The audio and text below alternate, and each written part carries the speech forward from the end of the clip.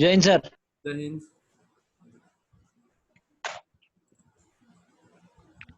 Sir अभी क्या कराओगे?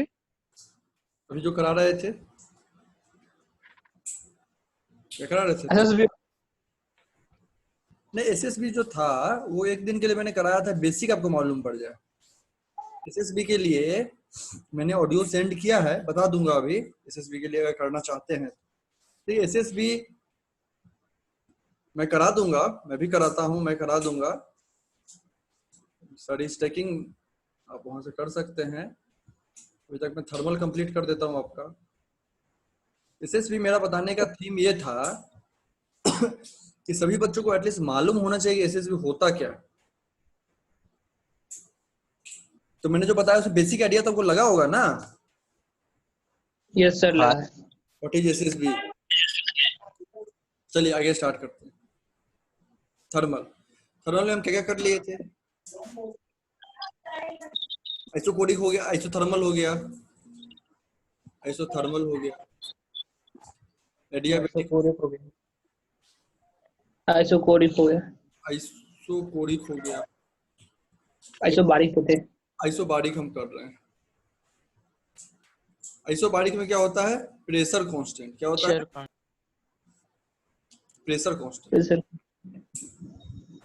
प्रेशर कांस्टेंट, इतना ध्यान रखिए। आइसोबारिक में प्रेशर कांस्टेंट होता है। Alright. Isobaric is a process in which pressure is constant. Pressure constant होता है, ठीक है ना? हाँ सर। मैं इंग्लिश वाली मैम को, केमिस्ट्री वाली मैम को मैं मैसेज छोड़ देता हूँ कि आपका लेक्चर थोड़ा एक्सटेंड कर दे, ठीक है ना?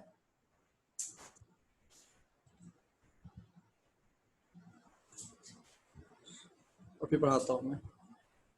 मैम एक्चुअली आज मैं फिर से थोड़ा लेट क्लास से स्टार्ट किया था 7:30, तो प्लीज़ आप 8:30 लेक्चर रख लीजिए, मैं बच्चों को इन्फॉर्म कर देता हूँ।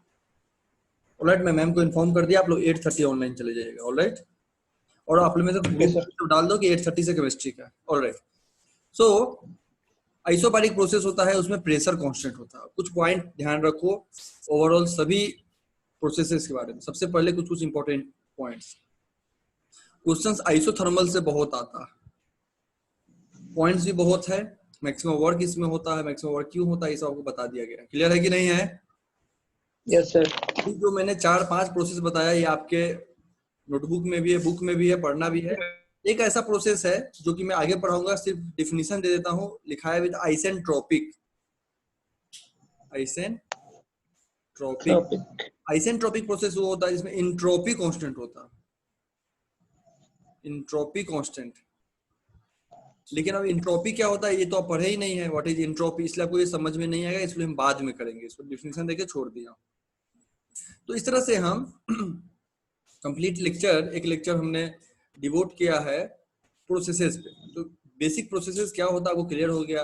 वर्क डन जीरो किस में होगा, वर्क डन मैक्सिमम किस में होगा, कौन सा प्रोसेस रिवर्सिबल होगा, कौन सा प्रोसेस इरिवर्सिबल होगा, ये सब आपने पढ़ लिया ना?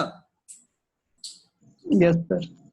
अब हम यस सर। सेकेंड लॉ का न्यूमेरिकल आज करेंगे, जो कि मैंने बताया था कि बाद में करा दूंगा। फर्स्ट लॉ का करा दिया, सेकेंड लॉ का न्यूमेरिकल बच गया। तो याद आ रहा है ना? हाँ। चलो न्यूमेरिकल बताने से पहले थोड़ा सा आपको एक बातें बता देता हूँ।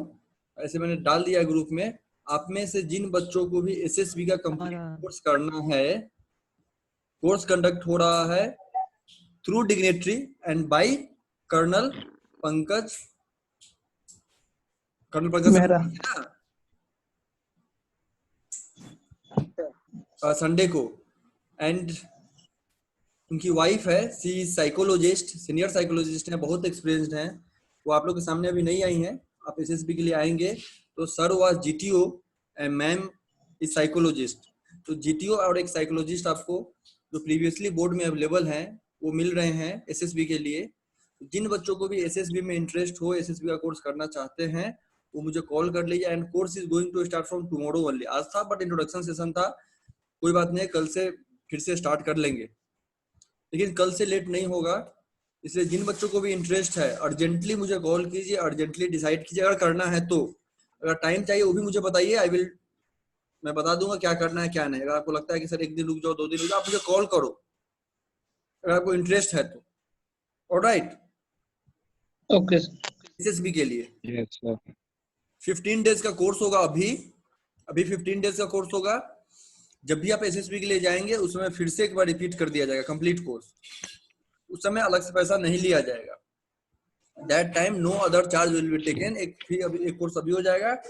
जब भी आप एसएसबी के लिए जाएंगे फिर से रिपीटेशन ऑफ द कोर्स होगा एसएसबी का, उसके लिए अलग से आपको चार्ज बहुत नहीं लोग दिया हैं जाएगा। दिस इज अ ऑप्शन जिसको आप कर सकते हैं, इसमें जानना चाहते हैं आप कर सकते हैं कॉल में अगर आप चाहते हैं तो। चलिए आगे बढ़ते हैं। सर अरे आप सर एसएसबी करें कोई बात नहीं, आप कॉल कीजिए अगर आपको डाउट है कुछ भी है कॉल कीजिए। बिकॉज एसएसबी सेपरेट दिया है उसको मुझे कराने दीजिए, मुझे पढ़ाने दीजिए। आप कॉल कर लीजिए, आपको एसएसबी का जो भी डाउट पे चलिए अब स्टार्ट करते हैं। इस पे एक क्वेश्चन था क्वेश्चन सर। फोन बताइए क्या क्वेश्चन है, पूछो। आपको दोस्त आवाज सर में व्हाट्सएप पे भेजा है आपके पर्सनल में। क्या भेजा है? सर व्हाट्सएप पे पर्सनल में भेजा है, व्हाट्सएप पे अच्छा पर्सनल में भेजा है, क्वेश्चन भेजा है। आपने कुछ क्वेश्चन पूछा है मुझसे। Okay okay okay okay. हाँ An ideal gas undergoes 4 different processes from the same initial. इतना 4 processes are adiabatic, isothermal, which is one is adiabatic. Very good question, बहुत excellent question है। कहाँ से लाए हो क्वेश्चन? मैं लेक्चर के बाद lecture I call you back after lecture. हाँ कहाँ से लाए क्वेश्चन? देखो बहुत ही अच्छा क्वेश्चन है, इसलिए मैं आपको दिखा देता हूँ। प्रीवियस ईयर है सर ये। इंडिया क्वेश्चन है ये, वो इंडिया क्वेश्चन है। सर एनडीए से नहीं, एनसीईआरटी एक्सप्लेनर से देखा। हाँ इंडिया क्वेश्चन ये नहीं होगा, लेकिन पूछा जा सकता है। जेई नीट सबके लिए बहुत ही इंपॉर्टेंट, बहुत ही बेहतरीन क्वेश्चन।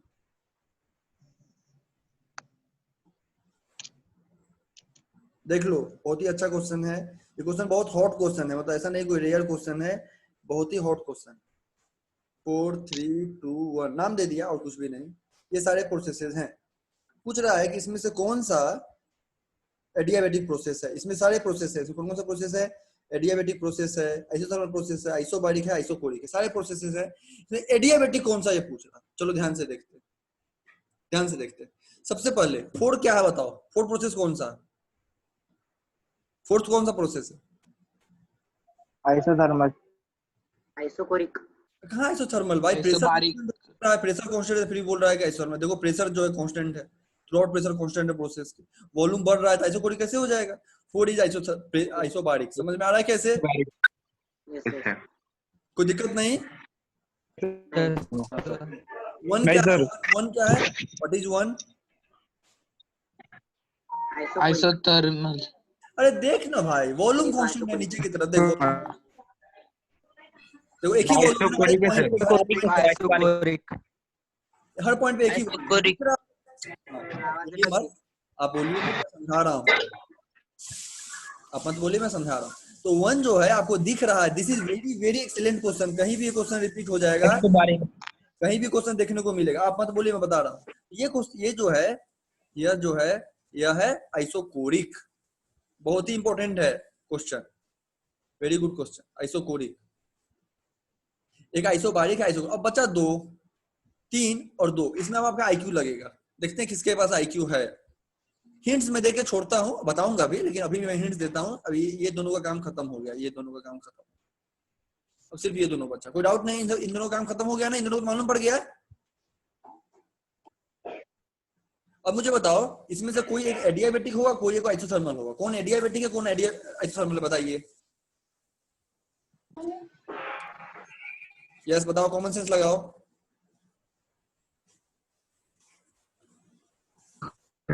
कॉमन सेंस लगाइए। देखिए यहाँ से कॉमन सेंस लगाने से मालूम पड़ जाएगा। देखो एक में वॉल्यूम चेंज हो रहा है, प्रेशर कम चेंज हो रहा है। एक में प्रेशर बहुत चेंज हो रहा है ना?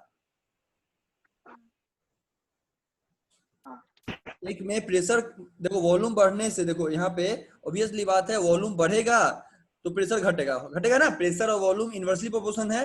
प्रेशर बढ़ाओगे, मेरा ये रूम है, इसका वॉल्यूम बढ़ा दिया तो इस रूम के अंदर प्रेशर कम हो जाएगा। सर 2 नंबर वाला है ना आइसोथर्मल है, 3 नंबर वाला एडियाबेटिक है। कैसे कैसे? सर प्रेशर बढ़ रहा है और वॉल्यूम घट रहा है ना, दोनों में होगा। N वो तो दोनों में होगा, वो तो दोनों में होगा। दोनों में एडियाबेटिक हो या आइसोथर्मल हो, हाँ दोनों में प्रेशर घटाओगे, प्रेशर बढ़ाओगे तो सॉरी वॉल्यूम बढ़ाओगे तो प्रेशर घटेगा, वॉल्यूम बढ़ाओगे तो प्रेशर घटेगा। दोनों में दिख रहा है वॉल्यूम बढ़ रहा है, देखो आगे की तरफ हो रहा है, देखो ग्राफ आगे की तरफ है और नीचे की तरफ भी हो रहा है, मतलब प्रेशर घट रहा है। अंतर क्या है, एक में प्रेशर ज्यादा घट रहा है, एक में प्रेशर कम घट रहा है, दिख रहा है ना, एक घट रहा है दोनों में। तो मुझे बताओ आइसोथर्मल में ज्यादा प्रेशर घटेगा या एडियाबेटिक में? यस, कॉमन सेंस लगाओ।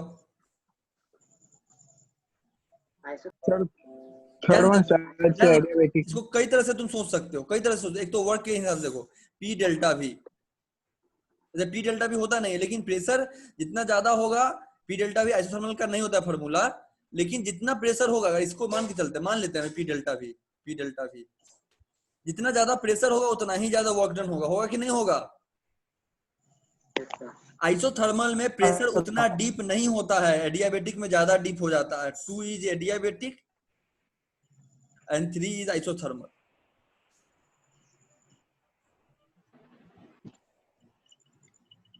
समझ में आ रहा है? Yes sir.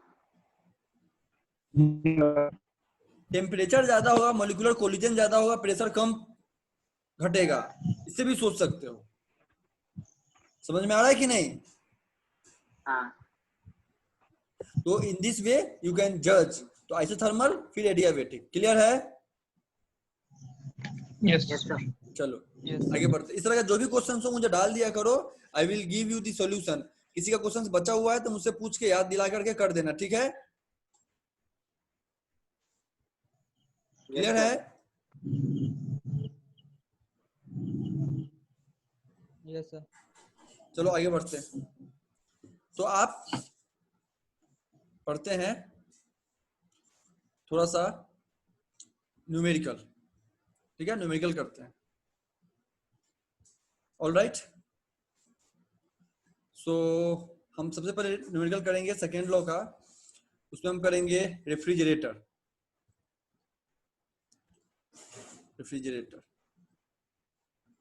रेफ्रिजरेटर सबसे पहले करेंगे। रेफ्रिजरेटर में 3 चीज होगा, एक तो रेफ्रिजरेटर सिस्टम मशीन, दूसरा पार्ट होगा चैम्बर, मतलब रेफ्रिजरेटर में जिस जगह को ठंडा किया जाता है वो चैम्बर है, ठीक है?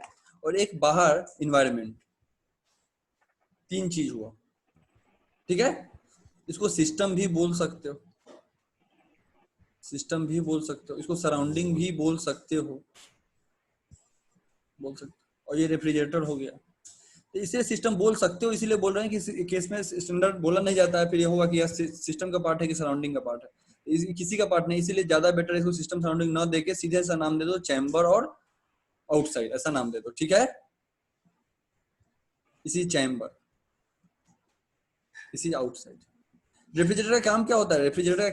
इसी refrigerator, what is the function of refrigerator? अंदर से सर आइसोलेट करके रखता है। अंदर से गर्मी निकाले, चैम्बर को ठंडा करे, मतलब वहां से गर्मी निकाले और दे दे कहाँ दे दे? बाहर फेंक दे। जितना निकालेगा उतना ही बाहर नहीं फेंकेगा, इसलिए वहां Q1 और Q2 चेंज करके लिख दिया। यह करने में, Q1 से Q2 देने में कुछ वर्क लगता है, हम कुछ वर्क करते हैं, ये भी एक तरह का एनर्जी ही है, Q ही लिख सकता हूँ लेकिन वर्क के फॉर्म में, इसलिए W लिख रहा है, ठीक है? इसको ध्यान समझना बहुत जरूरी है, जो मैंने अभी सामने में आपको दिख रहा है इसको समझना बहुत जरूरी है। चैम्बर है जिसको ठंडा करना मेरा एम था, इसलिए इसमें से एनर्जी निकल रहा है Q1, Q2 में जा रहा है एनर्जी, और एक रेफ्रिजरेटर है जिसमें वर्क हम दे रहे हैं और वर्क इज ट्रांसफर्ड। क्लियर है? टू आर, is it all right? Yes sir. Yes sir. अब मेरा एम क्या था? अब देखो इफिशियंसी का फॉर्मूला देखो, इफिशियंसी क्या होता है? Output upon output upon input, या इफिशियंसी। सेकेंड लॉ का न्यूमेरिकल इस तरह का होता है, जो मैं पढ़ा रहा हूँ उसको देखेंगे, इस तरह का न्यूमेरिकल आएगा। आउटपुट अपॉन इनपुट होता है इफिशियंसी। या आउटपुट क्या है? आउटपुट, आउटपुट को डिफाइन करता है। आउटपुट होता क्या? आउटपुट वह नहीं होता जो निकल रहा, उसे लगता है जो निकल रहा है आउटपुट होगा, नहीं, जो मैं चाहता हूं। देखो ये हम मशीन पर है, refrigerator is a machine. I am talking about efficiency किसका निकालते हैं? किसी भी मशीन का निकालते हैं। I am talking about any machine, मैं किसी मशीन की बात कर रहा हूँ।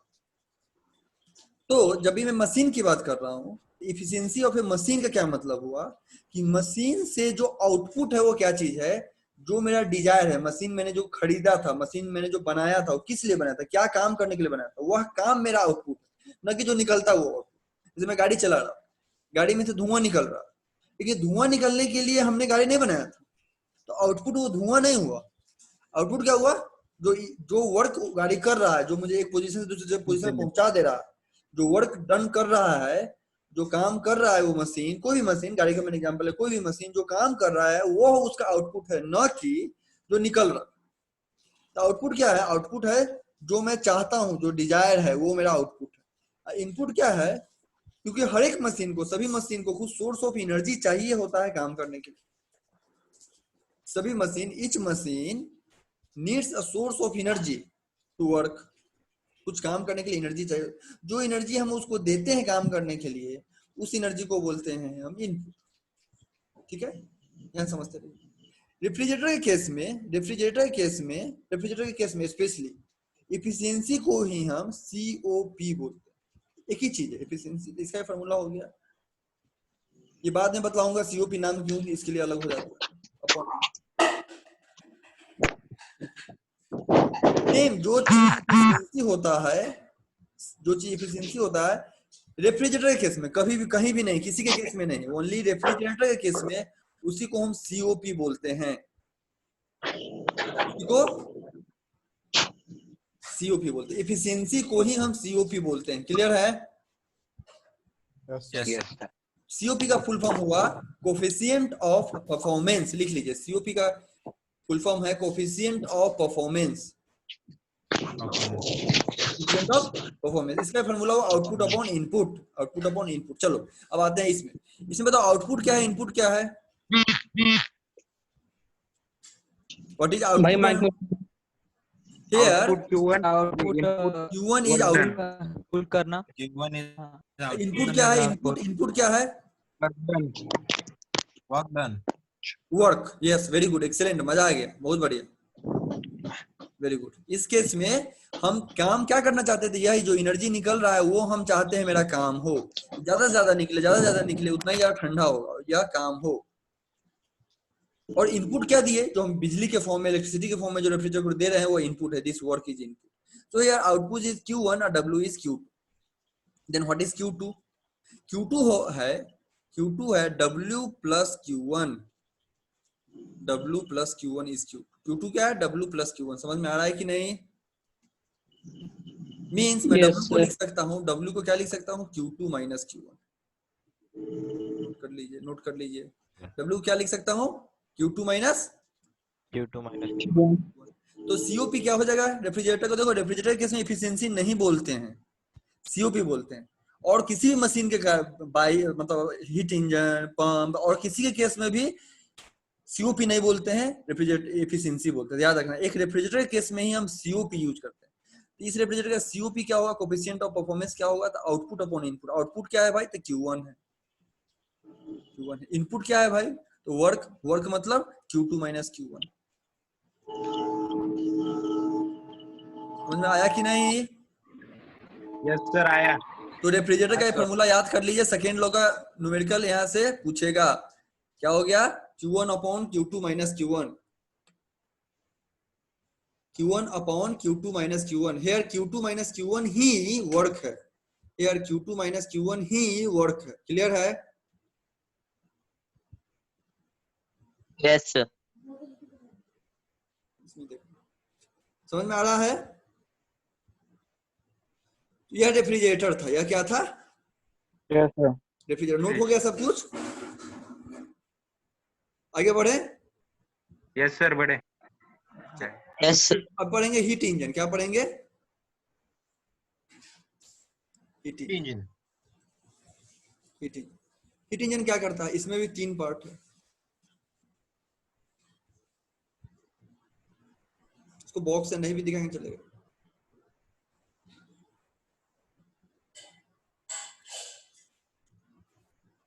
इंजन क्या करता है, यहाँ से फिर से Q1 लेता है, तो हीट इंजन होता क्या है ये समझ लेंगे, फिर डायग्राम समझ में आएगा।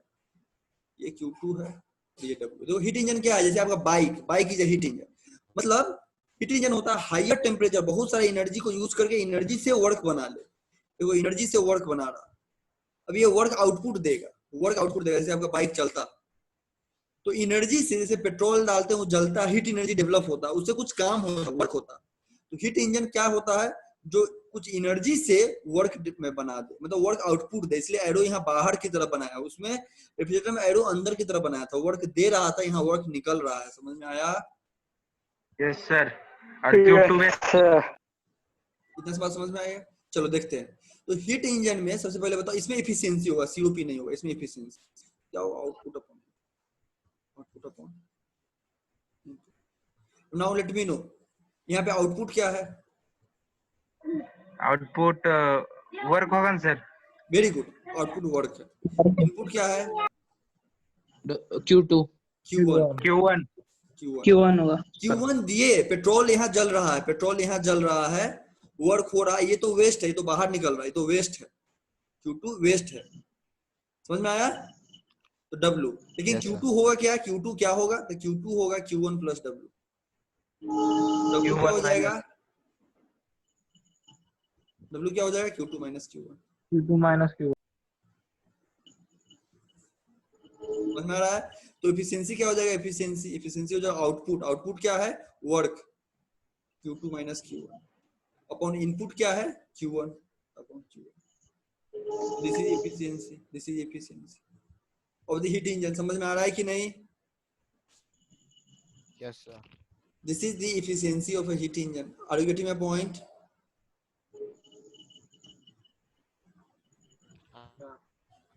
कोई दिक्कत तो नहीं है? No sir, no doubt. No, sir.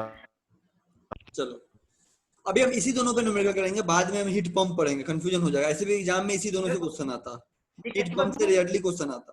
Alright, yes sir. Now we will do the numerical example, देखेंगे क्वेश्चंस का और फिर आगे बढ़ेंगे। चलो रेफ्रिजरेटर दे रहा हूँ, refrigerator, this is refrigerator.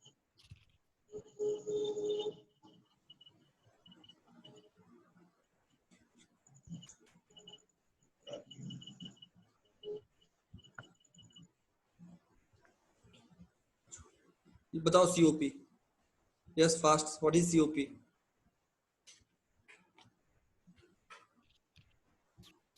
Two. Sir, two. 2 है 2. 2. ठीक है देखते हैं। देखो यहाँ आउटपुट कितना हो गया, देखो ये Q1 है, 2 है सर, 2। Q2 क्या था 100 पे हुआ, यह हो जाएगा 150। ठीक है, आउटपुट क्या है 100, दिस इज 100, हाँ, sir. 100। इनपुट क्या है दिस 50, तो ये हो गया 2, हो गया ना? सीओपी कितना हो गया? हाँ, sir. 2 अब यही पे लॉजिक है कि सीओपी इसको क्यों बोलते हैं। देखो याद ध्यान से, efficiency of any machine can not be greater than 1, मैंने पढ़ा दिया था ऐसे भी, किसी भी मशीन का एफिशिएंसी कभी भी, किसी भी मशीन का एफिशिएंसी कभी भी 1 से ज्यादा नहीं हो सकता। और यह तो फॉर्मूला एफिशिएंसी का है, यह तो फॉर्मूला एफिशिएंसी का है। तो क्वेश्चन उठता है कि सर लेकिन इसको अगर हम एफिशिएंसी बोलते तो एफिशिएंसी 2 आ जाता, और आप बोलते कि सर ये तो आप गलत है। तो एफिशिएंसी का जो कॉमन सेंस है एफिशिएंसी का, वह खराब ना हो, इसीलिए इसका नाम ही चेंज कर देते हैं, इसीलिए इसका नाम चेंज कर देते हैं। मैं आपको कॉल बैक करता हूँ, मैं आपको डेफिनेटली कॉल बैक करता हूँ थोड़ी देर में। हाँ मैं कॉल बैक करता हूँ आपको थोड़ी देर में। हेलो, हाँ हेलो, आवाज आ रही है ma'am? So what I am saying, तो इसीलिए इसको सीओपी नाम ही अलग हम दे देते हैं। समझ में आ रहा है? यस सर और कोई लॉजिक नहीं, क्योंकि रेफ्रिजरेटर का एफिशिएंसी अगर हम बोल रहे हैं तो 1 से ज्यादा हो सकता है, इसीलिए इसको हम सीओपी बोलते हैं, coefficient of performance, and answer is 2। Alright, एक हीट इंजन से देखते हैं, heat engine.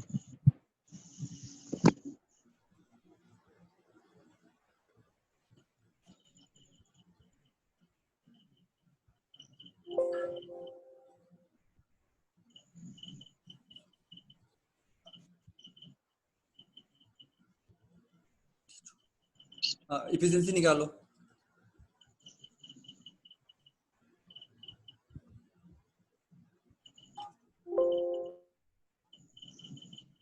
So 0.8. Do it fast. 4/5. 0.8. हाँ 0.8 है। 4/5. 4/5 देखते हैं। देखो इसमें आउटपुट अपॉन इनपुट, आउटपुट क्या है दिस 80, इनपुट क्या है, इनपुट क्या है दिस 100, 100. वेस्ट कितना है इधर 20, वेस्ट 20, इसका कोई इंपॉर्टेंस नहीं। कितना आ गया 2 से 4 और 2 से 5, 4/5। समझ में आया? तो कितना परसेंट एफिशिएंट है ये? 80% एफिशिएंट। देखो अब ये 1 से कम है, 80% एफिशिएंट है। इसमें 100 से मल्टीप्लाई कर दो तो 80% आ जाएगा। 20 80%। समझ में आ रहा है कि नहीं? तो इफिशियंसी जो है देखो, इसमें हीट इंजन के केस में हमेशा 1 से कम आएगा। देखो 4/5 आ गया। समझ में आ रहा है ना? हमेशा कम आएगा, इफिशियंसी हमेशा 1 से कम ही आएगा। इसीलिए हीट इंजन में इफिशियंसी हम बोलेंगे output upon input, but refrigerator case में आउटपुट अपॉन इनपुट को इफिशियंसी ना बोल के सीओपी बोलेंगे। क्लियर है? चलिए Yes, sir. आज के लिए मैं लेक्चर थोड़ा शॉर्ट रखता हूँ, कल सुबह मिलूंगा। थोड़ा I am not feeling good, इसलिए आज के लिए इतना ही रखते हैं न्यूमेरिकल। मैं कल मिलता हूँ, ठीक है? Okay, sir. Okay. I am Yes, not sir. Feeling comfortable, I am not feeling comfortable, इसलिए मैं लेक्चर सस्पेंड कर रहा हूँ। जिसको भी एसएसबी में इंटरेस्ट हो, एसएसबी के सेशन में कर्नल पंकज सर ले रहे हैं, जिनका भी इंटरेस्ट हो please let me know. Alright, कल से ये स्टार्ट हो रहा था, आज और या कल मॉर्निंग तक मुझे बता दीजिए, otherwise we will meet tomorrow. Thank you very much. Okay, sir. Thank you. Thank you, sir. जय Jai Hind, sir. जय हिंद। जय हिंद सर।